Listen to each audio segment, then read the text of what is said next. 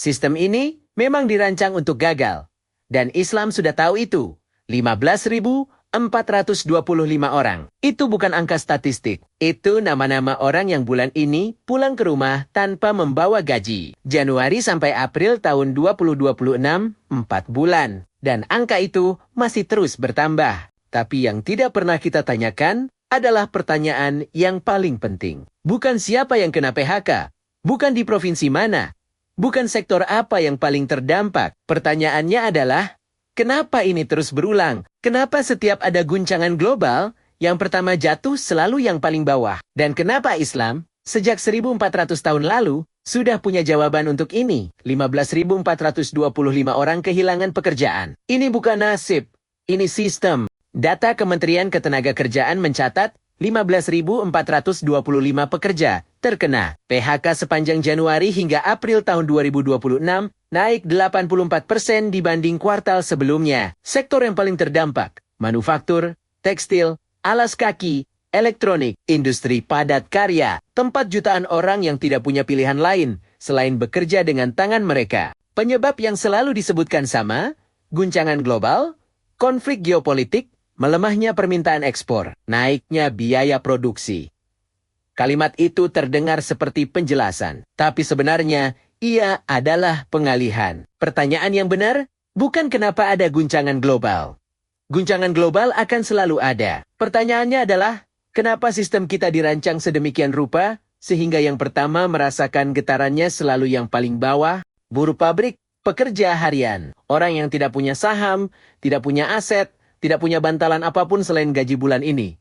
Ini bukan nasib buruk. Ini desain sistem. Islam melarang riba bukan karena agama tidak suka uang, tapi karena Islam tahu apa yang riba lakukan pada manusia. Sistem ekonomi global hari ini berdiri di atas satu fondasi utama, bunga. Perusahaan meminjam uang dengan bunga untuk ekspansi. Negara meminjam dengan bunga untuk pembangunan. Bahkan konsumen meminjam dengan bunga untuk membeli kebutuhan sehari-hari. Dan bunga bekerja dengan satu logika yang sangat sederhana. Uang menghasilkan uang, terlepas apakah ada nilai nyata yang diciptakan atau tidak. Ketika ekonomi tumbuh, sistem ini kelihatan baik-baik saja. Semua orang kebagian. Tapi ketika ekonomi terguncang, bunga tidak berhenti berjalan. Utang tetap harus dibayar. Dan siapa yang paling tidak punya kemampuan untuk membayar? Mereka yang paling bawah. Al-Quran sudah mengingatkan ini dengan sangat keras. Dalam surah Al-Baqarah ayat 278-279, Allah berfirman, "Wahai orang-orang yang beriman, bertakwalah kepada Allah dan tinggalkan sisa riba. Jika kamu orang yang beriman, jika kamu tidak melakukannya, ketahuilah bahwa Allah dan Rasul-Nya akan memerangimu." Ini adalah salah satu dari sedikit ayat dalam Al-Quran di mana Allah secara langsung menyatakan perang terhadap suatu perbuatan. Bukan sekadar melarang, tapi menyatakan perang. Kenapa sekeras itu? Karena Islam melihat jauh ke depan. Riba tidak hanya merugikan individu peminjam. Ia merancang ulang seluruh sistem sehingga kekayaan terus mengalir ke atas dan risiko terus jatuh ke bawah. Dan itulah persis yang kita saksikan hari ini. Zakat bukan sedekah sukarela. Ia adalah mekanisme sistem yang dirancang untuk mencegah krisis ini. Tapi Islam tidak berhenti di pelarangan. Ia menawarkan sistem pengganti yang sangat konkret. Zakat bukan sekadar kewajiban spiritual.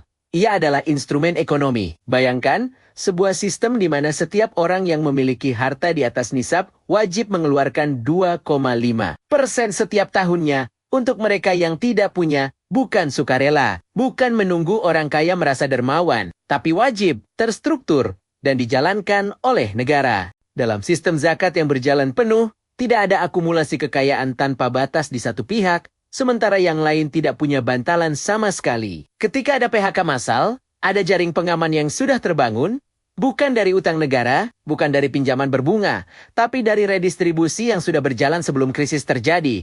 Ini bukan utopia. Ini pernah benar-benar terjadi. Pada masa Khalifah Umar bin Abdul Aziz, zakat terkumpul begitu banyak sampai para petugas kesulitan menemukan orang yang berhak menerima. Islam tidak hanya mendiagnosis penyakitnya, ia membawa obatnya. Tapi bagaimana dengan kamu yang sudah terlanjur terdampak hari ini? Oke. Kita bicara soal sistem, kita bicara soal riba dan zakat. Tapi mungkin ada di antara kalian yang menonton ini, sambil memikirkan tagihan bulan depan, atau baru saja menerima surat PHK minggu lalu, atau sedang mengirim CV ke mana-mana dan tidak ada yang membalas, dan teori tentang sistem tidak membayar tagihan listrik. Maka ada satu hal lagi yang Islam katakan, bukan untuk menutup-nutupi realita, tapi untuk memberikan tempat berpijak ketika segalanya terasa bergerak. Dalam surah Hud, ayat 6, Allah berfirman, "Dan tidak ada satu makhluk pun yang bergerak di bumi ini, melainkan Allah yang menanggung rezekinya." Kata yang dipakai bukan mungkin menanggung, bukan akan berusaha menanggung, tapi tanggungan, kewajiban dari Allah atas dirinya sendiri. Dan Nabi SAW bersabda dalam hadis riwayat Tirmidzi, "Seandainya kalian benar-benar bertawakal kepada Allah dengan tawakal yang sebenarnya, niscaya Allah akan memberi kalian rezeki, sebagaimana Dia memberi rezeki kepada burung. Ia pergi di pagi hari dalam keadaan lapar dan pulang, di sore hari dalam keadaan kenyang. Burung tidak duduk diam di sarangnya. Ia pergi. Ia berusaha, tapi ia tidak takut pulang dengan tangan kosong, karena ia tahu ada yang menanggung."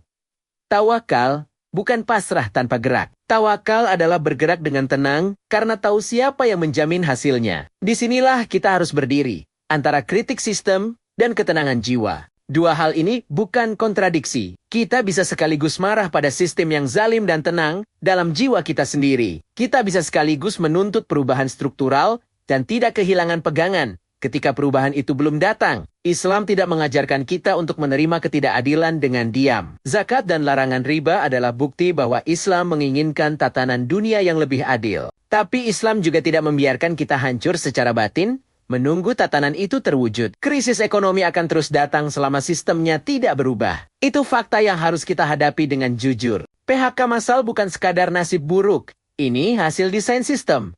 Dan Islam sudah mendiagnosis ini 14 abad lalu. Bagi kamu yang sedang di titik terberat, ada pegangan yang lebih kokoh dari kondisi ekonomimu. Mana yang lebih kamu butuhkan sekarang? Tulis di komentar.